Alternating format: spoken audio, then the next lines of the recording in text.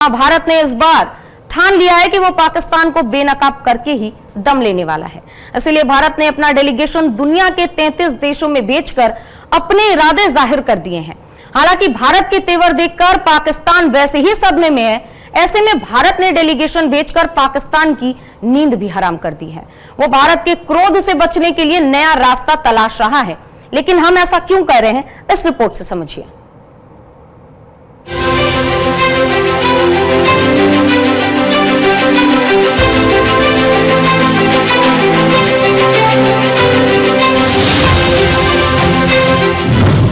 हिंदुस्तान की पक्की तैयारी पाकिस्तान को पड़ेगी भारी।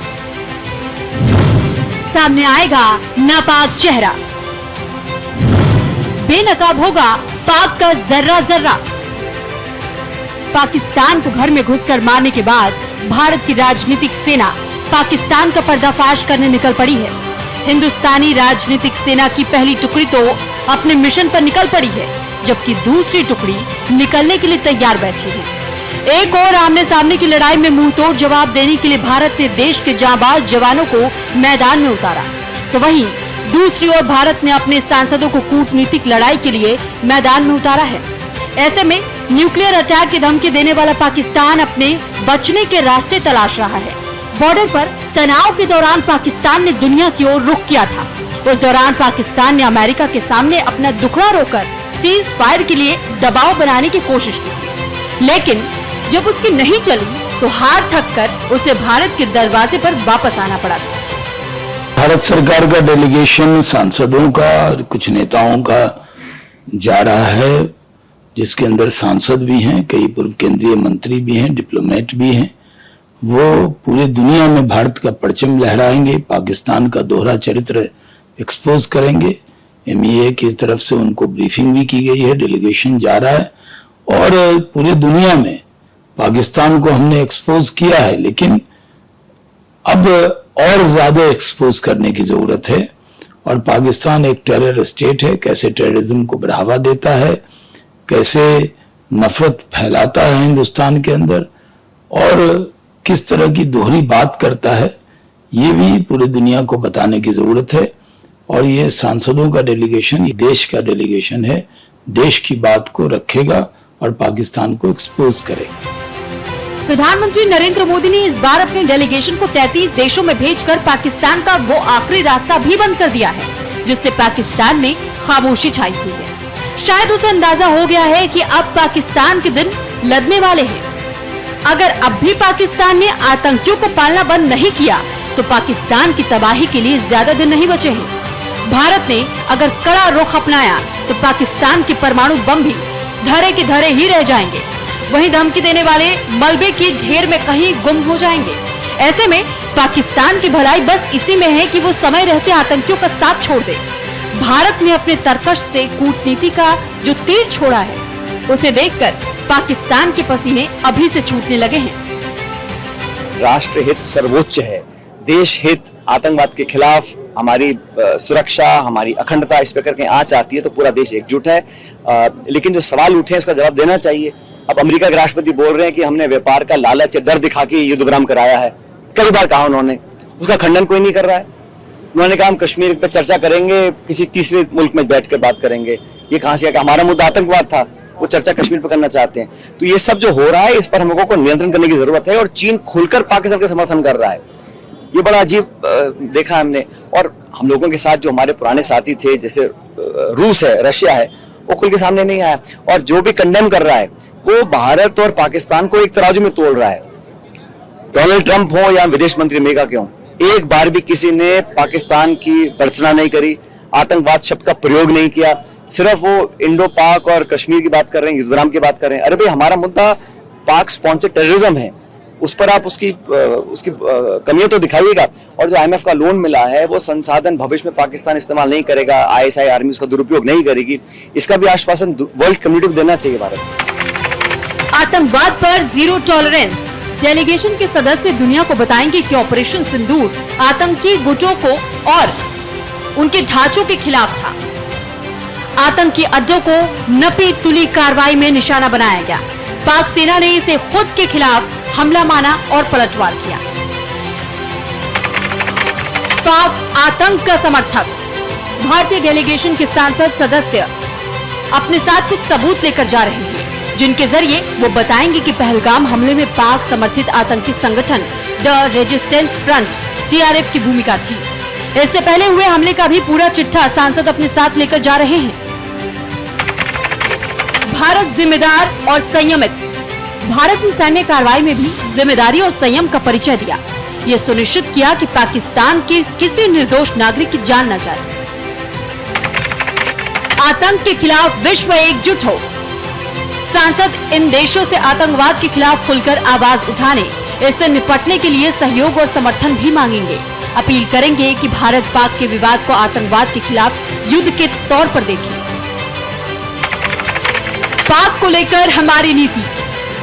सांसद सदस्य बताएंगे कि पाक के खिलाफ भारत ने अपना बदला हुआ दृष्टिकोण उजागर किया है।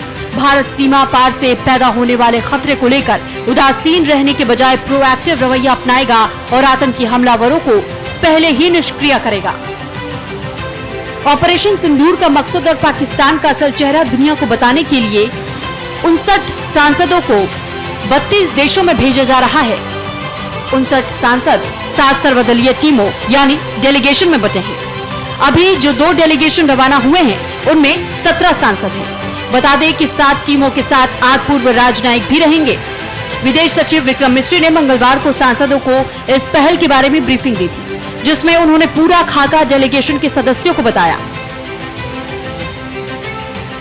ऑल पार्टी डेलीगेशन है, ये तो यही समझाने जा रहे हैं ना दुनिया के देशों को कि ऑपरेशन सिंदूर के तहत भारत ने जो कार्रवाई की वो जायज थी, आवश्यक थी, जरूरी थी, क्योंकि पाकिस्तान आतंकवाद की फैक्ट्री है। उस फैक्ट्री को नष्ट करना पड़ेगा, नहीं तो उसमें ट्रेनिंग देते रहेंगे, नए नए आतंकवादी पैदा होते रहेंगे।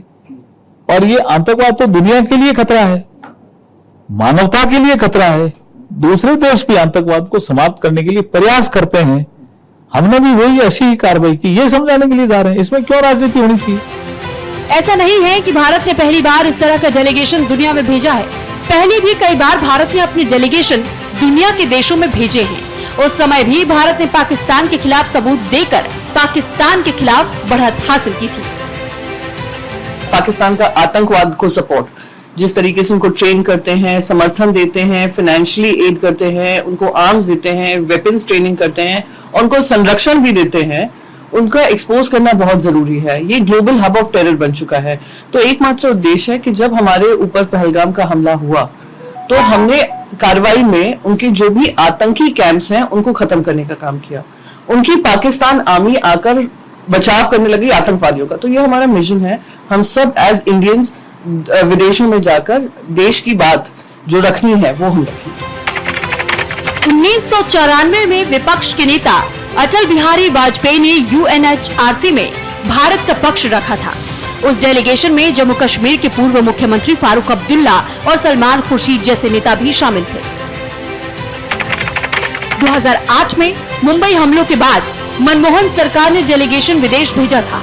उस समय भारत ने मुंबई हमले के सबूत भेजे थे। मनमोहन सरकार के कूटनीतिक हमले के चलते पाकिस्तान पर लश्कर ए तैयबा समेत बाकी आतंकी समूहों के खिलाफ एक्शन लेने के लिए काफी अंतर्राष्ट्रीय दबाव पड़ा था। यूनाइटेड नेशन सिक्योरिटी काउंसिल और फाइनेंशियल एक्शन टास्क फोर्स यानी FATF ने पाकिस्तान को पहली बार ग्रे लिस्ट में भी डाला था। इससे साफ हो जाता है कि भारत ने जब जब सबूतों के साथ दुनिया की ओर अपने कदम बढ़ाए हैं, तब तब पाकिस्तान को दर्द मिला है। पार्लियामेंट की स्टैंडिंग कमेटी के जितने लोग देश विदेश में जा रहे हैं, इसीलिए हमने कहा था कि पार्लियामेंट का सत्र बुलाया जाए और सत्र में पूरा एक राय तय हो कि हमको क्या कहना है दुनिया के सामने। ऐसा कुछ नहीं हुआ। देश के विदेश मंत्री कह रहे हैं कि हम पाकिस्तान को पूर्व में सूचना दे दिए थे कि हम कहां कहां ऑपरेशन करेंगे। ये जाहिर है कि देश की सेना संकट में थी, देश की बहादुर सेना ने उसको हल कर लिया।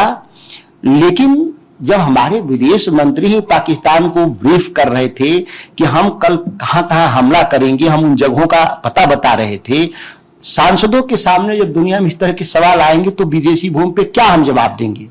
इसीलिए इस दौरे का कोई भी बहुत औचित्य नहीं है। सतही तरीके से एक दिखावे के लिए एक्सरसाइज है। इससे भारत की छवि जो दुनिया में ताकतवर राष्ट्र का बना था वो अब सॉफ्ट राष्ट्र का ताकत छवि बन गई। इस बार भी भारत ने पाकिस्तान पर कूटनीतिक दबाव बनाने के लिए जो दांव चला है उसने पाकिस्तान को परेशान कर दिया है। दरअसल पाकिस्तान जानता है कि इस बार भी उस पर गाज गिरने वाली है। दुनिया के जिन देशों के दम पर पाकिस्तान भारत को आंख दिखाता है वही देश अब भारत की ओर मुड़ रहे हैं। ऐसे में इस बात से इनकार नहीं किया जा सकता है कि पाकिस्तान पर बुरा संकट मंडराने वाला है।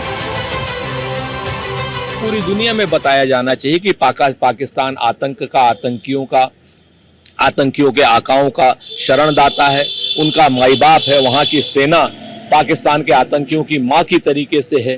पूरी दुनिया को ये पता लगना चाहिए। होना तो ये चाहिए था कि इन सारे देशों के प्रतिनिधिमंडल हिंदुस्तान आते, जहां जहां हम अपने प्रतिनिधिमंडल भेज रहे हैं, हिंदुस्तान आते और बताते कि आतंकवाद के खिलाफ, पाकिस्तान के खिलाफ हम सब आपके साथ हैं। ये विदेश नीति का एक नमूना है जो भारतीय जनता पार्टी की विदेश नीति है पिछले 11 साल से, जिसमें वो लोगों के गले मिलते थे या गले पड़ते थे, ये उन्हें बताना होगा। हाँ, सर्वदलीय प्रतिनिधिमंडल भेजे जाने का हम पूरी तरीके से स्वागत करते हैं, लेकिन जिस तरीके की राजनीति भारतीय जनता पार्टी ने सर्वदलीय प्रतिनिधिमंडल में की है उसकी भी हम आलोचना करते हैं और साथ में मोदी से पूछते हैं कि क्यों एक भी देश हमारे साथ खड़ा है। भारत ने ऑपरेशन सिंदूर और वैश्विक मंचों से साफ किया है कि जब तक पाकिस्तान आतंक का साथ नहीं छोड़ेगा तब तक उस पर खतरा यूं ही मंडराता रहेगा। पाकिस्तान इस बार भारत के तेवर देख चुका है, इसलिए उसके पसीने छूट रहे हैं। न्यूज इंडिया के लिए संजीव कुमार की रिपोर्ट। तो इस रिपोर्ट के जरिए हमने आपको समझाने की कोशिश की कि भारत का डेलीगेशन अब पूरी दुनिया में जाएगा, जिससे पाकिस्तान पूरी तरीके से घबराया हुआ है। अब यह डेलीगेशन आगे दौरा करेगा देशों का और उसके बाद तमाम अपडेट आप न्यूज इंडिया पर देख सकते हैं।